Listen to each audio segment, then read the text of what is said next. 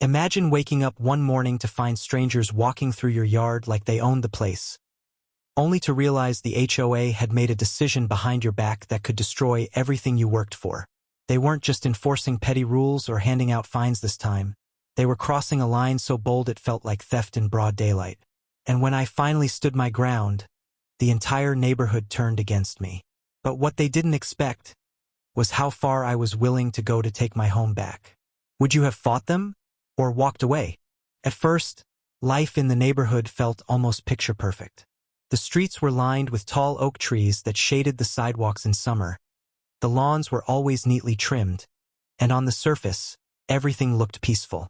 For someone like Mark, who had spent years saving for a home of his own, moving here felt like a dream come true. He bought a modest house at the edge of the community.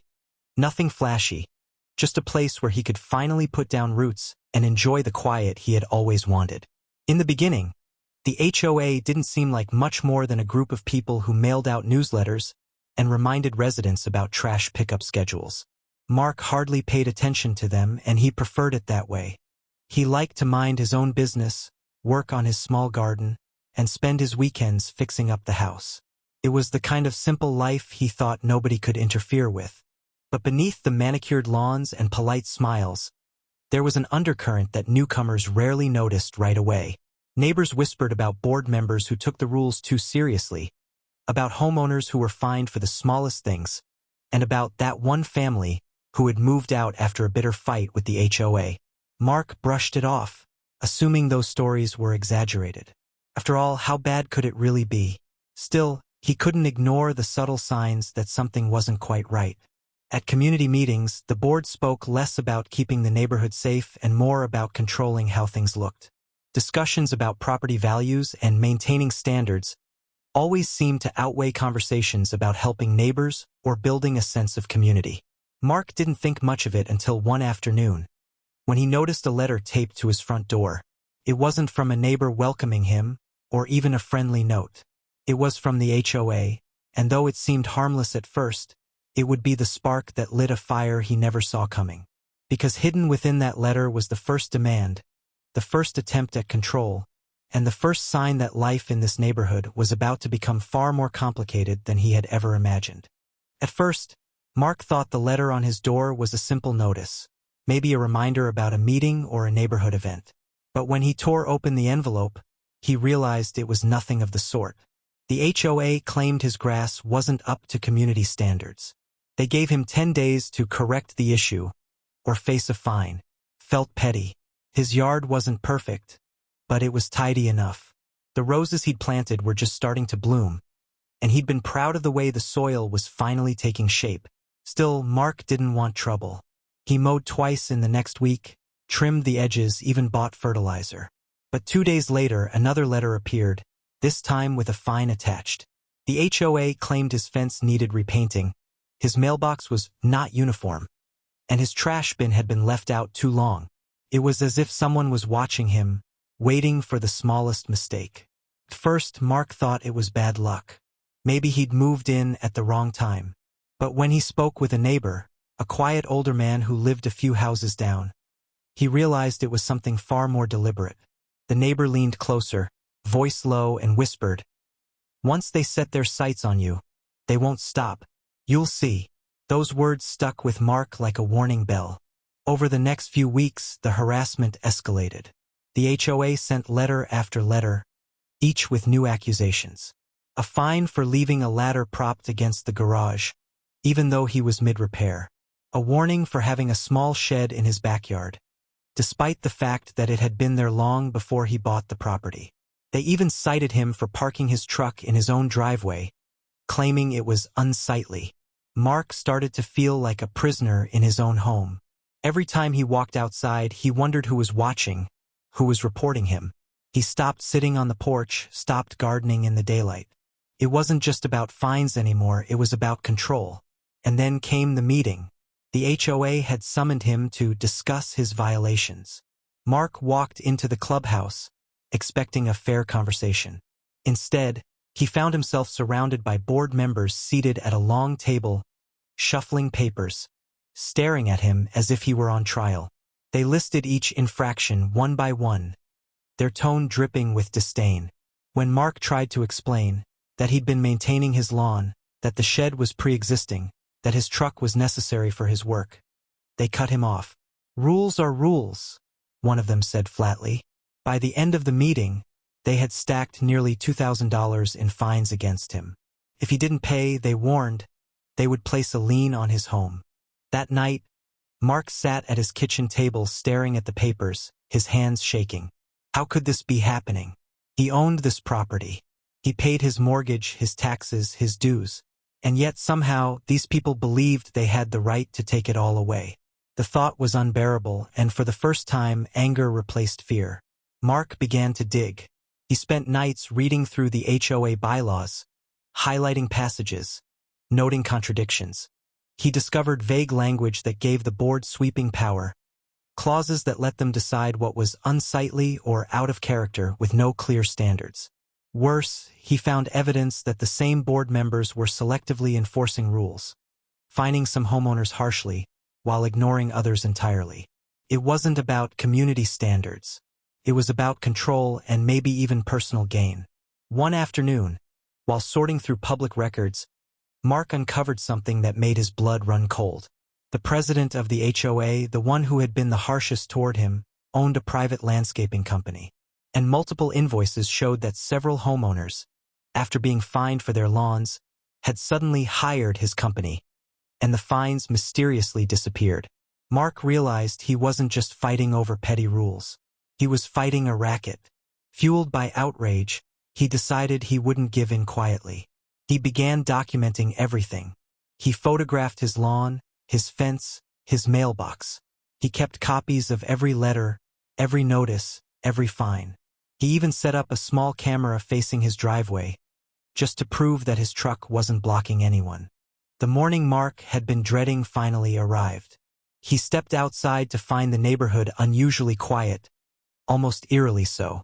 No kids playing, no mail trucks rattling down the street, no neighbors waving from their porches. It was as if the entire community had been holding its breath, waiting for what was about to happen. And he knew the HOA board members had mobilized. A fleet of orange cones blocked the entrance to his street, and at the end of the driveway, 2 uniformed men stood with clipboards, measuring tape in hand. They weren't police, not exactly, but their presence felt official and intimidating. Mark's heart pounded.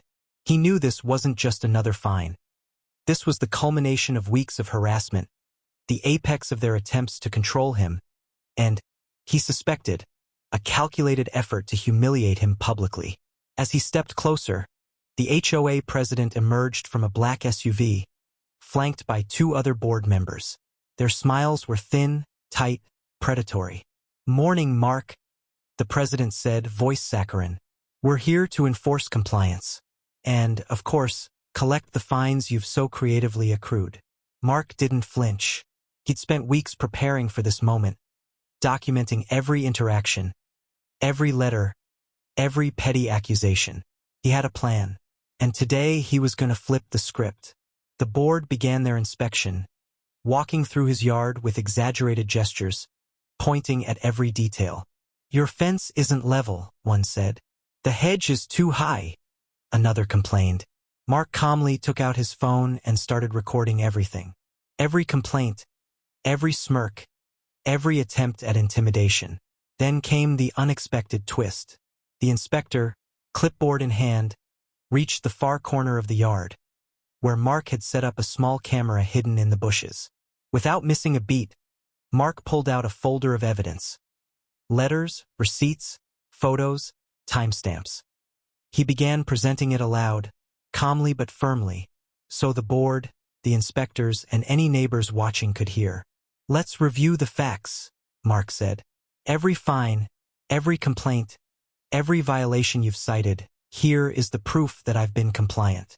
Here are the inconsistencies, the selective enforcement, the personal gain you've hidden behind these letters." The atmosphere shifted immediately. The president's smug expression faltered as cameras rolled in. Reporters, microphones, and a small crowd of neighbors had gathered, drawn by Mark's prior warnings and visible determination. Mark spoke clearly, outlining the selective fines, the self-serving landscaping racket, and the intimidation tactics. The board members, once confident, now fidgeted nervously, exchanging uneasy glances. In the days that followed, Mark's neighbors approached him, shaking hands, sharing thanks, subtle smiles spreading across faces that had once looked wary. The community, once divided by fear, began to rally around him. He stood in his driveway, casual and relaxed, finally acknowledged as someone who had dared to fight back and win. As the sun set, Mark stood on his front porch, looking down the oak-lined street he loved. Warm golden light bathed the neighborhood, soft shadows stretching across neatly kept lawns. He felt calm, satisfied, triumphant. The battle was over, but the lesson endured. Standing up for what's right, even against overwhelming odds, can change a community and restore peace to one's home. But the more evidence he gathered, the more the HOA pushed back. One morning, he woke up to find bright orange stickers slapped across his fence. Violation, in bold letters for everyone to see. Another evening, as he pulled into his driveway, two board members were standing on the sidewalk, pointing at his house, whispering to each other. When he asked what they were doing, they smirked and walked away. It was intimidation, plain and simple. And yet Mark wasn't alone. Quietly, other neighbors began to approach him. Some were sympathetic, sharing their own stories of unfair treatment. One family had been fined for holiday decorations. Another had nearly lost their home after the HOA piled on thousands in penalties. They told Mark they were afraid to speak up, afraid of retaliation. But in hushed voices, they encouraged him to keep fighting. The neighborhood that once seemed so perfect now felt like a battleground, with invisible lines drawn between those who complied and those who resisted. Mark knew he was getting closer to exposing the truth, but he also knew the HOA wouldn't go down without a fight. And he was right, because soon the board made their boldest move yet. One morning, he received a certified letter, a notice of intent to foreclose on his home. They claimed his unpaid fines justified legal action, and unless he settled immediately, they would begin proceedings. Mark's hands trembled as he read it. This wasn't just harassment anymore. This was war. And as he stared at that letter, one thought burned in his mind. If they wanted a fight, he was ready to give them one. Moments later, Mark held up the court-issued injunction, legal proof that the HOA had overstepped. Mr. Thompson and the other board members froze, their authority visibly crumbling. Neighbors looked on, stunned but supportive, finally seeing the battle for what it truly was. One man standing for fairness, exposing abuse of power.